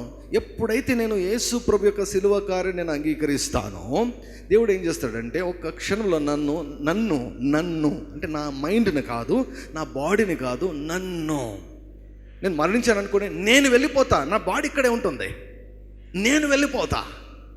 నేను అనే వ్యక్తిని నూతన సృష్టిగా చేసేసాడు దేవుడు. ఎవడైనా క్రీస్తునందున ఎడల వాడు నూతన సృష్టి. ఇదిగో పాతవి గతి. నూతన సృష్టి అంటే ఇక హిస్టరీ లేదు, హిస్టరీ లేదు ఇంకా. అంటే అక్కడ ప్రారంభం, జీవితమే బ్రతుకే అక్కడ ప్రారంభమైందని అర్థం. సో నేను నూతన సృష్టి అంటే ఆ నూతన సృష్టిలో పాపము లేదు, కలంకము లేదు, దోషము లేదు, మచ్చ లేదు. నూతన సృష్టిలో అంటే ఆదామును దేవుడు ఫస్ట్ ఎట్లా చేశాడో మానవుడు నూతన సృష్టి అయినప్పుడు ఆత్మలో అదే రీతిగా ఉన్నాడు. సో మన ఆత్మలో పాపము ఉండదు, మన ఆత్మకు పాపము చేయాలనే ఆలోచన కూడా రాదు, మన ఆత్మ పాపం చేసేదానికి అస్సలు ఒప్పుకోదు. బికాజ్ ఆ ఆత్మను దేవుడు నీతితో కూడినటువంటి ఆత్మలాగా దేవుడు సృష్టించాడు. మనం తల్లి గర్భంలో పాపులాగా ఎట్లా పుట్టామో నూతన సృష్టి అప్పుడు మనం నీతిమంతులాగా జన్మించాం. సో మనలో పాపం లేదు. అందుకే దేవుడు ఏమంటున్నాడు, నీ ఆత్మలో పాపము లేదు. The substance of sin is not in your spirit. ఇంతకు మునుపు ఉండేదే. ఇప్పుడు పసిపిల్లలు పుడతారండి, వాళ్ళ మైండ్ వైట్ పేపరే కదా. భయాన్ని మనం నేర్పిస్తాం, ఈ వరల్డ్ నేర్పిస్తుంది. కానీ జలసీ కానీ, అసూయ కానీ, ద్వేషం కానీ, కోపం కానీ ఇవన్నీ ఎవరు నేర్పిస్తారు తెలుసా? ఫాలన్ స్పిరిట్ ఉంది కదా లోపల. చచ్చిపోయిందంటే అర్థమైందంటే దేవునికి వేరుగా పనిచేస్తుందని అర్థం. అదే మీ పాపముల చేతను మీ అపరాధముల చేతను చచ్చిన వారై ఉండగా అంటే ఉనికిలో లేదని కాదు అర్థం. అది దేవునితో సపరేట్ అయ్యి ఆ స్పిరిట్ ఆపరేట్ అవుతుంటుంది. జలసీని ఆ స్పిరిట్ అంటే ఆ ఆత్మ మైండ్కి బోధిస్తూ ఉంటుంది. ఎవ్వరు చెప్పాల్సిన అవసరం లేదు. పిల్లలకి ఇప్పుడు మామూలుగా ఎవరికైనా పిల్లలు సరిగ్గా తినలేరు అనుకోండి, నువ్వు తినకుంటే నేను చందమామ పెడతాన్నారు అనుకోండి, అప్పుడు నేను తింటానంటారు. ఎవరు నేర్పిస్తారు అవన్నీ కూడా? లోపల నుంచి ఆ ఫాలన్ స్పిరిట్ అండి. అందులో పాపం ఉంది. ఆ పాపాన్ని దేవుడు శిలువ పైన యేసయ్య మీద ఉంచేశాడు. సో ఎప్పుడైతే నువ్వు నూతన సృష్టి అవుతావో నీలో పాపం ఉండదు ఇక. అందుకేమంటున్నాడు ఇక్కడ, పాపం విషయమై మృతులైనటువంటి మనము ఇక ఏల పాపంలో జీవిస్తామంటాడు. తర్వాత మీ ప్రాచీన పురుషుడు, మీ ప్రాచీన పాప స్వభావము సిలువ వేయబడింది. ఎప్పుడు? 2000 సంవత్సరాల క్రితం సిలువ వేయబడింది. ఇది తెలుసుకోవాలి, ఇది తెలుసుకోవాలి, ఇది తెలుసుకోవాలి. తెలుసుకొని ఏం చేయాలి? సో దేవుడు నీకోసం ఏం చేశాడో నువ్వు తెలుసుకోవాలి ఫస్ట్ ఆఫ్ ఆల్. తెలుసుకోకుంటే అంతే సంగతులు. I am a sinner saved by the grace అనుకుంటుంటారు. I am a still sinner అనుకుంటుంటారు. నో, దేవుడు నిన్ను మరొక పాపిలాగా నిన్ను సృష్టించలేదు, నిన్ను నీతిమంతునిలాగా సృష్టించాడు. నేను ఇంకొక బాంబు వదులుతాను. ఈరోజు అన్ని బాంబులే. ఒకటి సింపుల్, ఇది మీకు వదిలేస్తాను, it's up to you. For example, మన నీతి క్రియలన్నీ కేవలము మురికి గుడ్డలే. ఓ వ్యక్తి ఉన్నాడండి, ఒక వ్యక్తి లోకములో ఇంకా ఆయనంత మంచోడు లేడు అనుకోండి. కొన్నిసార్లు ఈ పెళ్లి సంబంధాలు వచ్చి చెప్తున్నాడు, బ్రదర్ ఆ పిల్లడు చాలా మంచోడు. అంటే ఎంత మంచోడు అంటే బిలీవర్ కంటే మంచోడు అని చెప్తుంటారు. అది ఏం మంచితనమో నాకైతే తెలియదు. బిలీవర్ కంటే మంచోడు అని చెప్తుంటారు. ప్రపంచంలో ఒక వ్యక్తి ఉన్నాడు అనుకోండి, ఆయన చాలా మంచివాడు, చాలా దయగలిగిన వాడు, ఎవరిని ఏమనడు, ఎవరికి హాని చేయడు, చాలా మంచివాడు అని పేరుంది. ఆ వ్యక్తి పరలోకానికి వెళ్తాడా? ఆ వ్యక్తి క్రియలు చూసి దేవుడు ఏమంటాడు అంటే, ఇది నచ్చకపోవచ్చు, అందుకే బాంబు అనేది, అందుకే నచ్చదు, అన్యులకు నచ్చదు ఇది. ఎందుకంటే దేవుడు ఏమంటాడు తెలుసా? ఎంత పరిపూర్ణమైన క్రియలు నువ్వు చేసినా భూమి మీద అవి దేవునికి దృష్టిలో మురికి గుడ్డలే. అంటే అర్థం ఏంటంటే, ఎన్ని నీతి క్రియలు చేసినా నీ లోపల ఉన్న పాప స్వభావాన్ని మార్చలేవు. ఏమైనా అర్థమవుతుందా? ఒక వ్యక్తి నూతన సృష్టిగా మారకుండా, దేవుని కుమారుడు లేకపోతే కుమార్తె కాకుండా ఎన్ని నీతి కార్యాలు చేసినా కూడా ఆ నీతి కార్యాలు లోపల ఉన్న స్వభావాన్ని, పాపపు స్వభావాన్ని మార్చలేవు. ఈ పాప స్వభావం, అది లోపల ఆత్మలో ఉన్నటువంటి స్వభావం. అందుకే మీ నీతి క్రియలని మురికి గుడ్డల. సో కేర్ చేయడు దేవుడు. దేవుని ఎదుట యాక్సెప్టబుల్ కాదు. ఎన్ని నీతి కార్యాలు చేసినా కాదు. ఒకటే అడుగుతా, స్వభావం ఏంటి చెప్పు, ఫస్ట్ అది చెప్పు అంటాడు. నీ లోపల ఉన్న స్వభావం ఏంటి? నీ లోపల ఉన్న స్వభావం అది మారాలా. అది మారేదాని కొరకే నేను రక్తాన్ని చెల్లించాను అంటాడు. నూతన సృష్టిగా మారితేనే తప్ప మనకు దేవుని యొక్క రాజ్యంలో యాక్సెస్ లేదు. చర్చిలో మన మెంబర్షిప్ ఉండొచ్చు, చర్చిలో మనకు ఒక స్థానం ఉండొచ్చు, ప్రపంచం అంతా మనం క్రిస్టియన్స్గా గుర్తించవచ్చు. కానీ if you are not born again you will not go to heaven. దేవుడు యాక్సెప్ట్ చేయడు. నువ్వు ఎంత మంచోడన్నా కూడా, ఎంత మంచిదానన్నా కూడా దేవుడు యాక్సెప్ట్ చేయడు. దేవుని యొక్క వాక్యం ఉంటుంది, మన నీతి క్రియలన్నీ కేవలము మురికి గుడ్డలే. అంటే మన నీతి కార్యాలు ఆ స్వభావాన్ని మార్చలేవు. ఇది ఎప్పుడు తిరిగి జన్మించక ముందు ఉన్నటువంటి వ్యక్తి యొక్క పరిస్థితి. ఇప్పుడు నేను ఒకటి చెప్తాను, జస్ట్ ఆలోచించండి, డీప్ గేమ్ వెళ్ళొద్దండి. దేవుడు మనల్ని నీతిమంతుల్లాగా సృష్టించాడు కదా. లోపల ఏ స్వభావం ఉంది? ఇప్పుడు తిరిగి జన్మించిన వారికి లోపల ఏ స్వభావం ఉంది? పాప స్వభావం లేదు. అది తెలుసుకోవాలి. ఇది ఎక్కడికి వెళ్ళిపోయింది? 2000 సంవత్సరాల క్రితము యేసు ప్రభు శిలువ పైన ఆ పాప స్వభావం సిలువ వేయబడింది. We have become a new creation, we have become righteous person. దేవుడు మనల్ని ఉచితముగా నీతిమంతులుగా డిక్లేర్ చేసేసాడు. ఉచితముగా, జీతము కాదు. ఒక్క నీతి కార్యం చేయకుండానే మనల్ని నీతిమంతులుగా డిక్లేర్ చేశాడు. ధర్మశాస్త్ర మూలంగా కాదు, కానీ విశ్వాసం మూలంగానే దేవుడు మనల్ని నీతిమంతులుగా చేసేసాడు. 2 వారాల నుంచి నేను చెప్తూనే ఉన్నాను, ఉచితంగా మనము నీతిమంతులం అయ్యాం. ఎక్కడ నీతిమంతులము? ఇక్కడ నీతి లేదండి. ఇక్కడ నీతి లేదు. లస్ట్ వస్తుంది ఇక్కడ. ఈ దేహంలో నీతి లేదండి. దేహంలో శరీరానుసారమైనటువంటి మనసు అని ఉంది. శరీర క్రియలు స్పష్టమై ఉన్నాయని వాక్యంలో వ్రాయబడింది. ఇప్పుడు దయ్యంగాడు ఒకడు ఉన్నాడు, కానీ శరీరంలో కూడా ఉన్నాయన్నమాట. శరీర కార్యములు స్పష్టమై ఉన్నాయని. సో శరీరంలో నీతి లేదు, మనసులో నీతి లేదు, కానీ నీతి ఎక్కడుందో తెలుసా? ఆత్మలో నీతి ఉంది, ఆత్మలో. సో ఇంతకు మునుపు ఆత్మలో పాపం ఉండేది, ఇప్పుడు ఏమొచ్చింది? ఆత్మలో నీతి వచ్చేది. సో ఇంతకుముందు ఆత్మలో పాప స్వభావం ఉండేది, ఇప్పుడు ఏమొచ్చింది? నీతి స్వభావం వచ్చేసింది. సో ఇంతకు మునుపు నీతి కార్యాలు, కొంచెం ఏమన్నా మరీ డీప్కి వెళ్తున్నానా? ఇప్పుడు ఇంతకు మునుపు నీతి కార్యాలు చేసిన ఆ స్వభావాన్ని మార్చలేదు కదా. ఇప్పుడు ఏవైనా మీరు చిన్న చిన్న పొరపాట్లు చేస్తే కూడా మీ నీతి మాత్రం మారదు. నీతి మారదు, నీ నీతి చేంజ్ కాదు. ఎందుకు? క్రియల మూలంగా వచ్చిన నీతి కాదు, అది విశ్వాస మూలంగా వచ్చిన నీతి. Because you believe that Jesus is lord, God has declared you as righteous. నువ్వు నమ్మావు కదా, చాలు పొంగ, నువ్వు నీతిమంతుడు అంటాడు. అబ్రహాము దేవుని మాటను నమ్మెను, అది అతనికి నీతిగా ఎంచబడెను. సో నమ్మే మూలంగానే మనము నీతిమంతులంగా అయ్యాం. So it will not change you. అందుకే చెప్తున్నాను, దేవునితో నీకున్నటువంటి సంబంధాన్ని, లేకపోతే ఇలా చెప్పేదానికంటే దేవుని హృదయాన్ని మార్చలేవు. నీ పొరపాట్లు, నీ తప్పులు దేవుని హృదయాన్ని మార్చలేవు. కానీ అంటే ముందు సెంటెన్స్ వీక్ అయిపోయినట్లే. బట్ అని వచ్చిందంటే నీ పొరపాట్లు, నీవు ఒకవేళ పాపం చేస్తే, పాపంలో జీవిస్తే దేవుని హృదయం మారదు, కానీ దేవుని పట్ల నీ హృదయం మారిపోతుంది. నీ హృదయం మారిపోతుంది, దేవుని హృదయం మారదు. దేవుడు చేతులు పెట్టుకునే పిలుస్తాడు, చేతులు ఇట్లా చాపే పిలుస్తూ ఉంటాడు. God's heart will never change, God's love will never change, his compassion will never change, his love towards you will never ever change, even though you take license to commit sin. అయితే పాపంలోకి వెళ్తే, పాపంలో జీవిస్తుంటే ఏమవుతుంది? So అందుకే ఈ రోమిలకు రాసిన పత్రిక 6వ అధ్యాయం సరిగా మనకు అర్థం కాకపోతే ఒక వ్యక్తి సక్సెస్ఫుల్గా నీతిగా జీవించడం చాలా కష్టం అండి. ఎందుకు కష్టం అంటే ఏం జరిగిందో తెలుసుకోలేదు. సిలువ దగ్గర ఏం జరిగిందంటే hour old man was crucified with Christ. మన ప్రాచీన స్వభావము సిలువ వేయబడింది. పాప విషయమే మనము మృతులమయ్యాం. అంటే దేవుడు మనకు పాప స్వభావానికి వేరు చేసేసాడు. ఉదయకాలం చెప్పాను నేను, విడాకులు ఇచ్చేసాడు అనమాట. అక్కడే డైవర్స్ వచ్చేసింది. మనకు పాపానికి డైవర్స్ ఇచ్చేసాడు దేవుడు. అది తెలుసుకోవాలి. సో పాపానికి నాకు ఇప్పుడు సంబంధమే లేదు. నా మనసులో ఉండొచ్చు పాపం, నా దేహంలో ఉండొచ్చు, కానీ నాకు మాత్రం సంబంధమే లేదు. నా మనసు నన్ను ప్రేరేపించవచ్చు, నా దేహం నన్ను ప్రేరేపించవచ్చు, నా మనసును, నా దేహాన్ని వాడుకుని అపవాది నన్ను ప్రేరేపించవచ్చు, కానీ నాలో మాత్రం పాపము లేదు. కాబట్టి ఇప్పుడు మనం ఏం చేయాలంటే 11వ వచనం చూడండి.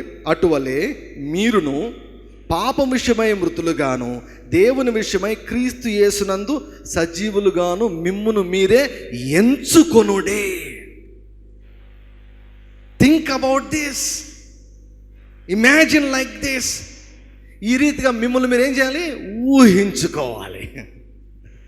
So first of all know what happened on the cross for you.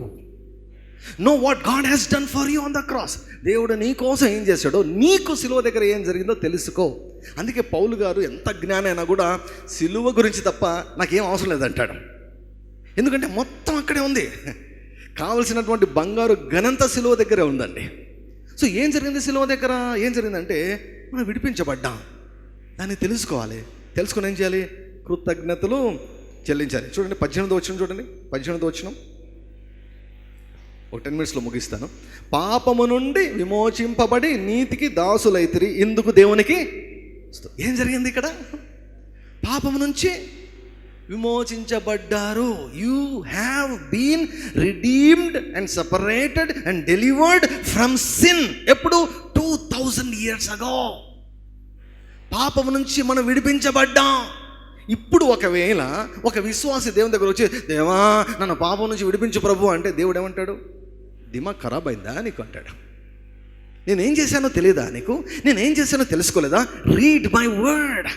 నీకోసం నేను ఏం చేశానో తెలుసుకుంటాడు. ఏం చేసావు ప్రభు అంటే, అరే నిన్ను విడిపించేశాను. 2000 సంవత్సరాల క్రితం నిన్ను విడిపించి నేనేం చేశాను? నీతికి దాసునిగా చేసేసాను. నీ ఆత్మలో పాపం లేదు, నీ ఆత్మలో నీతి ఉంది, నీ ఆత్మలో మచ్చ లేదు, నీ ఆత్మలో స్వచ్ఛత ఉంది. నీ ఆత్మ నా పోలిక చొప్పున నేను మరలా సృష్టించాను. నా హస్తకార్యం, నా చేతి కార్యములో పాపము లేదు. There is no sin in your spirit. You got separate. I have delivered you అంటున్నాడు. We have been delivered from sin. కాబట్టి దీన్ని తెలుసుకున్న తర్వాత ఏం చేయాలి? ఇక్కడ ఏమంటున్నాడు? ఇందుకు దేవునికి స్తోత్రం. పౌలు గారు కూడా ఇదే పోరాటం వచ్చిందనమాట. పౌలు పోరాటం ఏంటంటే, నాకైతే మంచి చేయాలని ఉంది కానీ మంచి చేయడంలా చేయలేకున్నాను. ఏది చేయాలనుకుంటున్నానో అది చేయలేకపోతున్నాను, ఏది చేయకూడదు అనుకుంటున్నానో అదే చేసి తీరుతున్నానని, ఇది మాత్రం ఇది నేను చేసేది కాదు, నాలో నివసిస్తున్న పాపము అన్నాడు. నా మనసులో, నా శరీరంలో నివసిస్తున్న పాపము అని చెప్పి, ఇట్టి దౌర్భాగ్యపు స్థితి నుంచి నన్ను ఎవడు విడిపించగలడు అన్నాడు. క్వశ్చన్ వేశాడు, ఆన్సర్ వెంటనే చెప్పాడు. ఏమన్నాడు తెలుసా? అయితే దేవునికి స్తోత్రం అన్నాడు. ధర్మశాస్త్రం దేన్ని చేయజాలకపోయానో దేవుడు దానిని చేశాడు. హల్లెలూయా.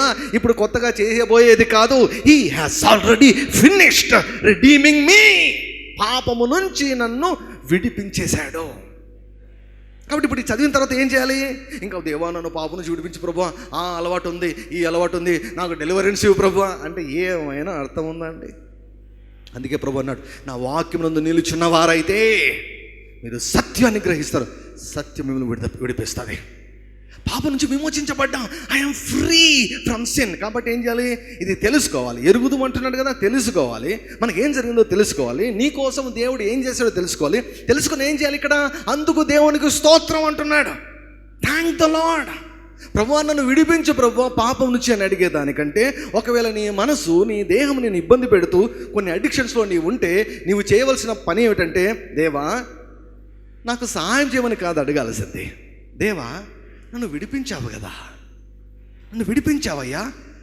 ఈ రిపోర్ట్ చెబుతుంది ఐఎమ్ ఫ్రీ ఫ్రమ్ సిన్ అని. నేను పాపం నుంచి విడిపించబడి నేను ఎవరికి దాసునయ్యాను? నీతికి దాసునయ్యాను. పాపం విషయమై నేను చనిపోయాను, నీతి విషయమై నేను జీవిస్తున్నానని వాక్యం అంటుంది. కాబట్టి ప్రభువా నా కోసం ఈ కార్యాన్ని సిలువ దగ్గర నువ్వు చేశావు కాబట్టి నీకు స్తోత్రం.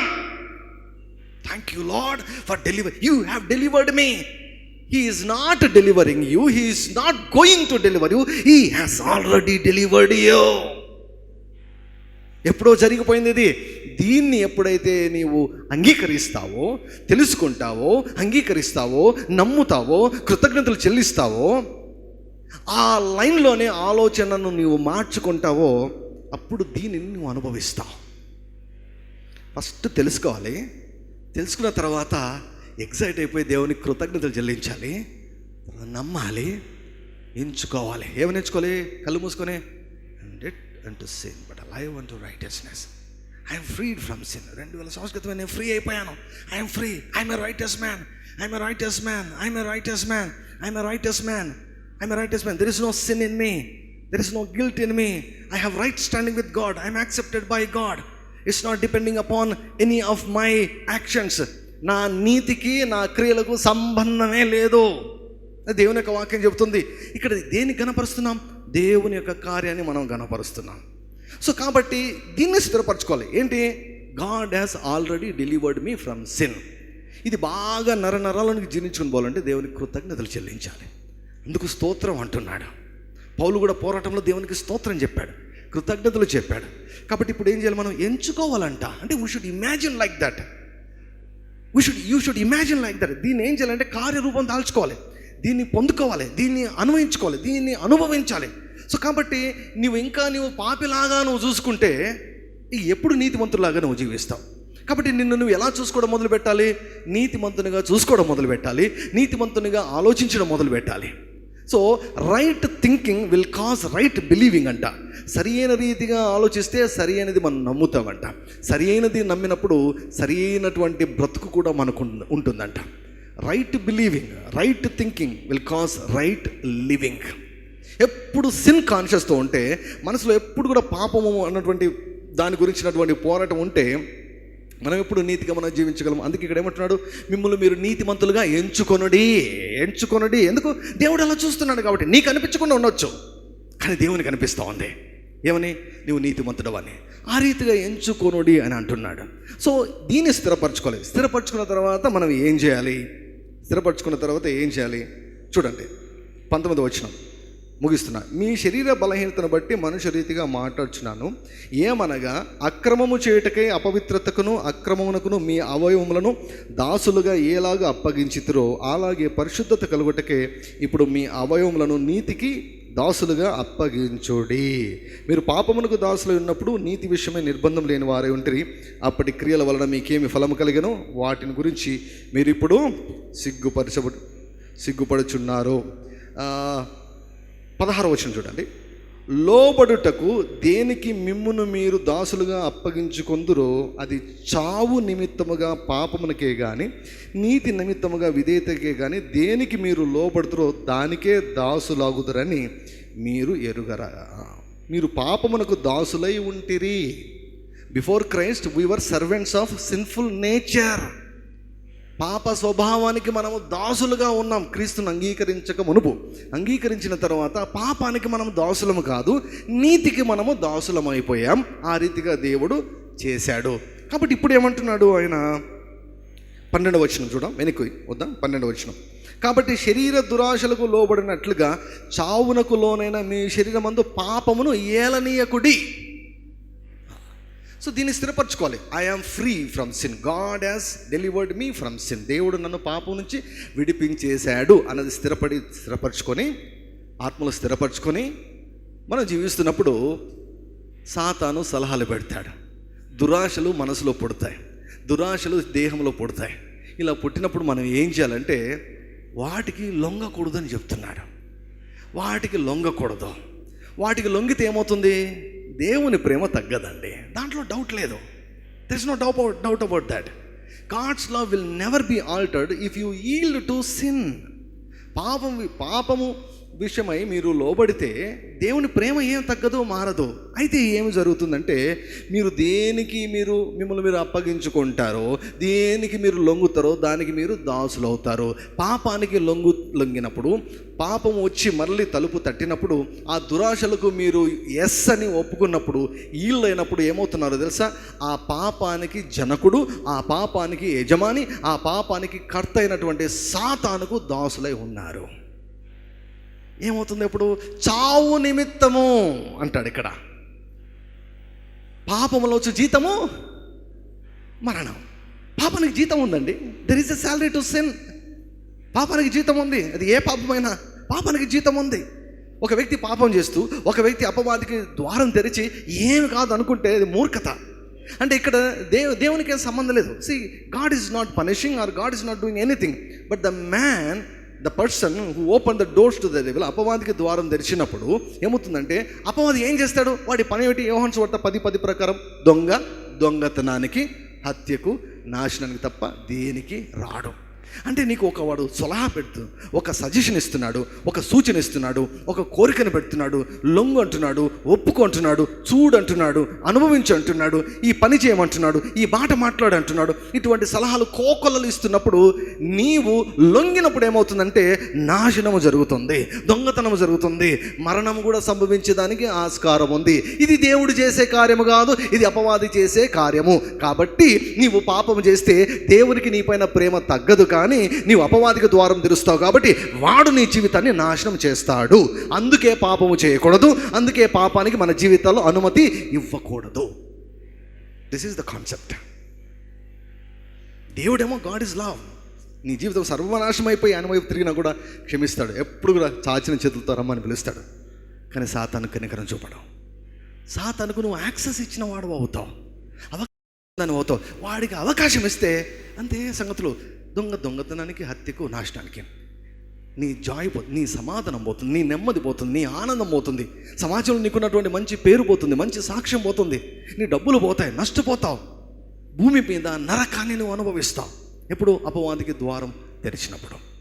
సో కాబట్టి ఇక్కడ ఏమంటున్నాడు? విశ్వాసమందు స్థిరులై వారిని ఎదిరించండి. ఇప్పుడు పాపం చేయమని అపవాది నిన్ను ప్రేరేపించాడు. అప్పుడు ఏం చేయాలి నీవు? Already no, I'm a new person, I'm a new creation. No అని చెప్పడం నేర్చుకోవాలి. సాతానుకు నో అని చెప్పడం నేర్చుకోవడమే ఆత్మీయ పోరాటంలో కీలకమైనది. ఇది ఆలోచించంటాడు, నో అనాలి. ఈ మాట మాట్లాడట, నో అనాలి. ఈ గొడవ చేయి, నో. ఇది చూడు, నో. ఇది మాట్లాడు, నో. వాడికి సలహాలు ఇచ్చినప్పుడు no no no no no అని చెప్పడమే మంచి పోరాటం. This is spiritual warfare. అందుకే ఏమంటాడు, చావునకు లోనైన మీ శరీరం మందు పాపమును ఏలనివ్వద్దు. నో సతనా, నాకు తెలుసు నువ్వు నా జీవితం నాశనం చేయాలని నాకు ఆలోచనలు పుట్టిస్తున్నావు, కోరికలు పుట్టిస్తున్నావు. నేను ఒప్పుకోను. నేను క్రీస్తు కూడా సిలువ వేయబడ్డాను. నా ప్రాచీన స్వభావం సిలువ వేయబడింది. నేను పాపానికి దాసుని కాదు. పాపం నుంచి నేను విడిపించబడ్డాను. పాపానికి నా జీవితంలో నేను అవకాశం ఇవ్వను. నా నోటిని, నా అవయవాలను, నా మనసును, నా దేహాన్ని దేవునికి అప్పగిస్తాను. నీకు అప్పగించండి రా దయ్యము. No, get out in Jesus name. ఇదన్నమాట విశ్వాసమందు స్థిరులై వానిని ఎదిరించుడి అంటే, I'm a righteous man, I cannot do that. ఇది ఇవ్వాలి జవాబు వాడికి. I'm a righteous man, I cannot do that. నేను ఒక నీతిమంతుని, ఎటువంటి పనులు నేను చేయను. నేను ఎప్పుడు మన ఆత్మీయ తండ్రి కెనిథీ హేగిన్ గారి గురించి ఎప్పుడు చెప్తుంటాను. ఆయన గురించి మీకు అందరికీ తెలియనటువంటి ఒక చిన్న విషయం చెప్తాను. ఆయన ఒక విషయంలో చాలా ఎక్స్పర్ట్ అనమాట. ఏ విషయం తెలుసా? ఏ తాళాలైనా తీస్తాడంట కెనిథీ హేగిన్ గారు. మారు మనసు పొందినప్పుడు ఎనీ తాళం, ఏ లాక్ అయినా సరే, ఏ లాక్ అయినా కూడా, ఏ తాళమైనా, వీళ్ళది ఒక గ్యాంగ్ ఉండేదంట అండి. ఏ లాక్ అయినా సరే తీసేయడము, మొత్తం అందులో అంతా లూటీ చేయడం అంట. మంచి దొంగ పని చేసేవాడు అనమాట కెనిథీ హేగిన్ గారు. ఆయనకు ఆ టాలెంట్, అసలు సూపర్ న్యాచురల్ టాలెంట్ అంటాడు ఆయన. Any lock you show me, any lock I will open అంట. అటువంటి టాలెంట్ ఉండేదంట. సో ఆయన తిరిగి జన్మించిన తర్వాత మళ్ళీ ఆయన దాదాపు 16 నెలలు మంచం మీద ఉన్నాడు. మళ్ళీ బాగైన తర్వాత మళ్ళీ వాళ్ళ ఫ్రెండ్స్తో కలిసినప్పుడు వాళ్ళ ఫ్రెండ్స్ మళ్ళీ సలహా ఇచ్చారనమాట. ఏంటంటే, పలానా చోట ఉంది, ఒక గోడౌన్లో మంచిగా ఉన్నాయి, నువ్వు తాళం తెరిస్తే ఇంకా దోచుకుందాం అన్నాడట. అంటే వెంటనే కెనిథీ హేగిన్ గారు, no I cannot do that అన్నాడట. ఏమంటే, I'm a new man, I'm a new creation. ఇది తలకెక్కాలండి. I am a new creation, I am a righteous man అనేది తలకెక్కాలి. అప్పుడు ఏమవుతాం, అటువంటి సలహాలు వచ్చినప్పుడు ఐ కెనాట్ డూ దాట్, నాకు లేదు ఆ టాలెంట్. ఎందుకు? I'm new, that was sin. అది వెళ్ళిపోయింది. అది ఎప్పుడో పోయింది. ఆ ప్రాచీన స్వభావం వెళ్ళిపోయింది. ఎప్పుడు వెళ్ళిపోయింది? నమ్మినప్పుడు వెళ్ళిపోయింది. దేవుని యొక్క దృష్టిలో అందరికీ వెళ్ళిపోయింది. కానీ ఎవరైతే నమ్ముతారో వారు అనుభవిస్తారు. అందుకంటాడు కదా, మేము తెలియజేసిన సమాచారం ఎవరు నమ్మారు? యెహోవా బాహు ఎవరికి బయలుపరచబడేను. ప్రవక్తల పని ఏమిటంటే సమాచారాన్ని తెలియచేయడం. వినేవారి పని ఏమిటంటే నమ్మడం. ఎవరైతే నమ్ముతారో వారి జీవితంలో యెహోవా హస్తము కార్యము చేస్తుంది. సో ఆ రీతిగా మనం పోరాడేది. That is spiritual warfare. ఒక ఆలోచన వస్తే, no I cannot do that, I'm a righteous man, I'm a new creation, I'm a righteous man. నేను నీతిమంతునే. ఆ చిత్త పని నేను ఎట్లా చేస్తాను? నేను నీతిమంతునే. No I cannot do that, no I cannot do that, no I cannot do that. ఇదే అన్నమాట. మీ శరీరమందు పాపమును ఏలనీయకుడి అంటే, God has already delivered me, I cannot do that. Lord thank you for delivering me. నన్ను విడిపించేసావయ్యా. I'm free from sin, you are free from sin. ఇది సత్యము. ఈ సత్యాన్ని పట్టుకొని దేవునికి బాగా థ్యాంక్స్ చెప్పండి. దీన్ని అనుభవిస్తారు మీరు. హల్లెలూయా. ఎనీ అడిక్షన్ ఈ సత్యం ముందు ఏ దురలవాటు కూడా నిలబడలేదండి. This is very very powerful. So ఆ రీతిగా మనం పాపానికి అనుమతి ఇవ్వకూడదు. సాకులు చెప్పి మనం పలాని కారణం వల్ల ఇట్లా చేసిన ప్రభా, పలాని కారణం వల్ల ఈ తప్పు చేసిన ప్రభా అంటే, దేవుడు ఓకే రా నేను క్షమిస్తాను అంటాడు. కానీ సాతాన్ని నిన్ను వదిలిపెట్టాడు కదా. సో కాబట్టి పాపం విషయమై దేవునితో మీకేం ప్రాబ్లం లేదు, కానీ సాతానుతోనే ప్రాబ్లం, లోకముతోనే ప్రాబ్లం. గవర్నమెంట్ వాళ్ళు క్షమిస్తారా? ఏమన్నా గవర్నమెంట్ వాళ్ళు క్షమించరు. గవర్నమెంట్ వ్యతిరేకం చేస్తే గవర్నమెంట్ వాళ్ళు క్షమించరు. నీ పొరుగువానికి వ్యతిరేకంగా చేస్తే వాడిని క్షమించకుండా వాడిని మీద కేసులు పెట్టడానికి ఆస్కారం ఉంది. మహా తలకాయ నొప్పులన్నీ కూడా వచ్చేస్తాయి అనమాట. But God loves you and God forgives you at any time, any point. ఏ టైంలో కూడా దేవుడు నిన్ను సంపూర్ణంగా క్షమించేస్తాడు. దానిలో దేవుని ఎడల మనకేం ప్రాబ్లం లేదండి. చనిపోయినా కూడా పరలోకానికి వెళ్తాం, కానీ భూమి మీద మాత్రం నరకాన్ని అనుభవిస్తాం. ఎప్పుడు? When we yield to the author of sin. పాపానికి జనకుడైన అపవాదికి మనము లోబడినప్పుడు, వాడు సలహాలు సూచనలు ఇచ్చినప్పుడు లొంగినప్పుడు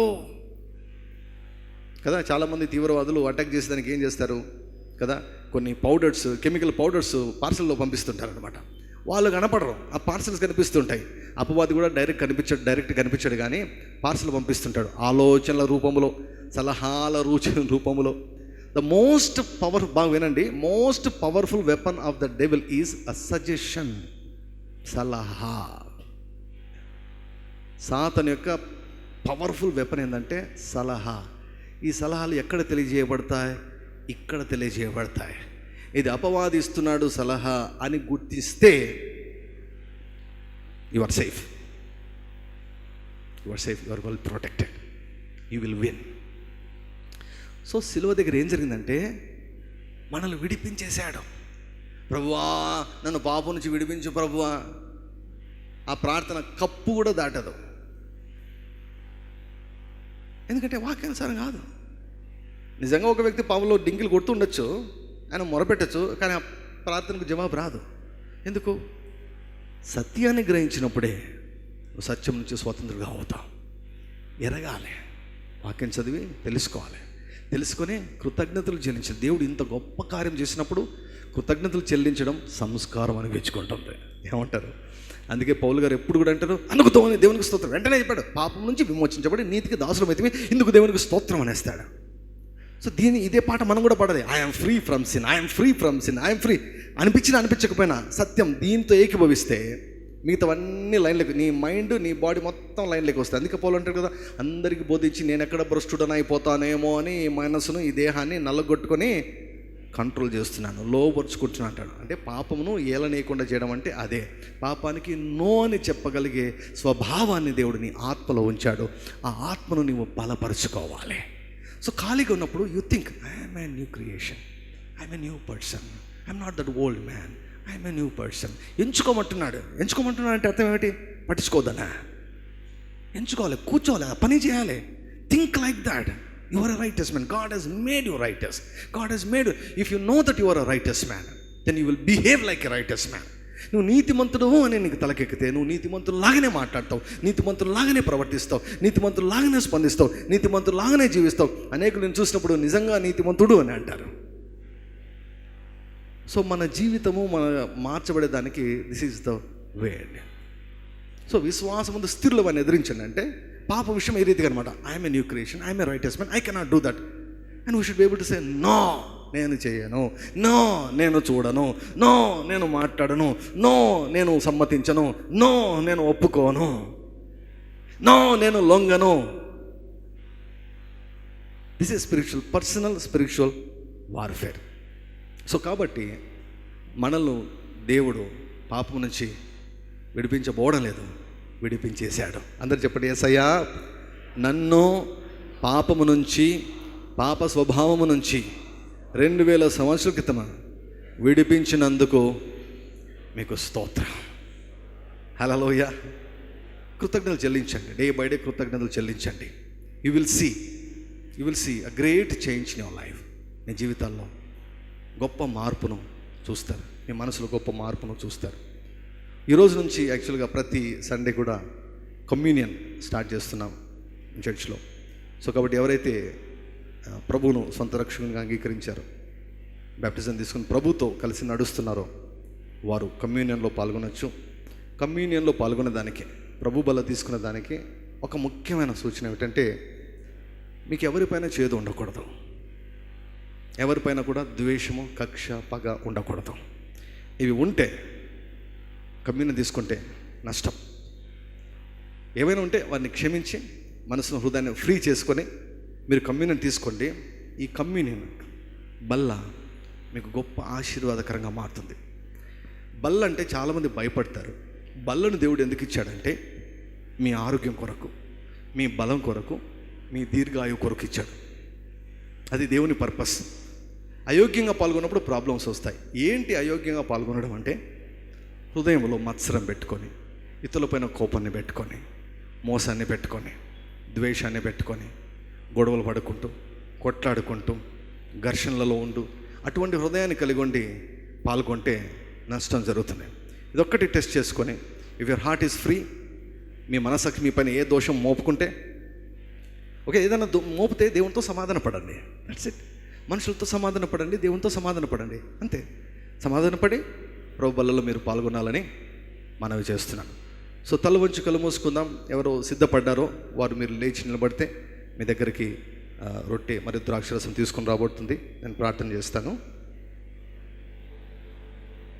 దయచేసి కమ్యూన్ డిస్ట్రిబ్యూట్ చేయటకు బ్రదర్స్ వైపు నుంచి, సిస్టర్స్ వైపు నుంచి రావాలని మనం చేస్తాం. సిద్ధపడిన వారు మాత్రమే లేచి నిలబడండి కమ్యూన్ కొరకు. దేవునితో సమాధాన పడండి, సమాధాన పరచుకోనండి మీ హృదయాన్ని. Thank you lord Jesus. ఈ మైనర్ థ్యాంక్ యూ లార్డ్ జీసస్. నా మనసంతా నీ కోసమే, ఈ దేహము నీ కోసమే, నా బ్రతుకంత నీ కోసమే, నా సర్వము నీ కోసమే.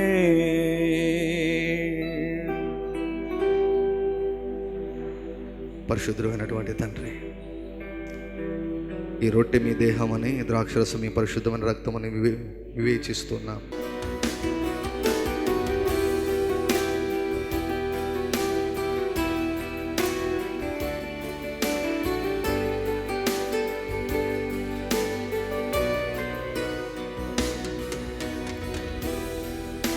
ప్రభు బలిలో పాల్గొన్న తర్వాత ఎవరైనా సరే దేవుని యొక్క వాక్యాన్ని బట్టి కృతజ్ఞత కానుకలు చెల్లించాలనుకుంటే మీరు ముందుకు వచ్చి ఆఫరింగ్ బాక్స్లో విశ్వాసంతో మీ కృతజ్ఞత కానుకలను సమర్పించవచ్చు. ఆ మనసంత నీ కోసమే, ఈ దేహము నీ కోసమే, నా బ్రతుకంత నీ కోసమే, నా సర్వము నీ కోసమే, నా మనసంత నీ కోసమే, ఈ దేహము నీ కోసమే, నా బ్రతుకంత నీ కోసమే, నా సర్వము నీ కోసమే. యేసయ్యా, నా యేసయ్యా, యేసయ్యా, నా యేసయ్యా, యేసయ్యా, నా యేసయ్యా, యేసయ్యా, నా యేసయ్యా. సమాధాన పరచెను యేసు రక్తము,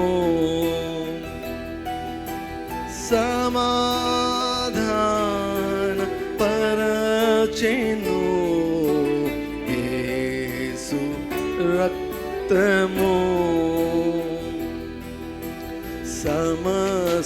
సమస్యలన్నీ తీర్చును నా యేసు రక్తము,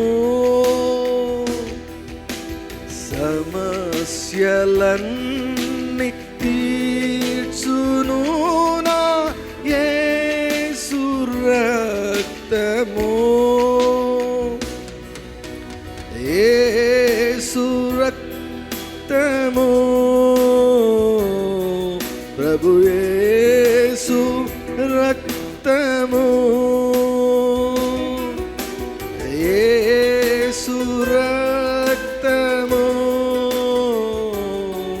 ప్రభు యేసు రక్తము, అమూల్యమైన రక్తము, యేసు రక్తము, అమూల్యమైన రక్తము, నా రక్తము నిబంధన నెరవేర్చును, యేసు రక్తము.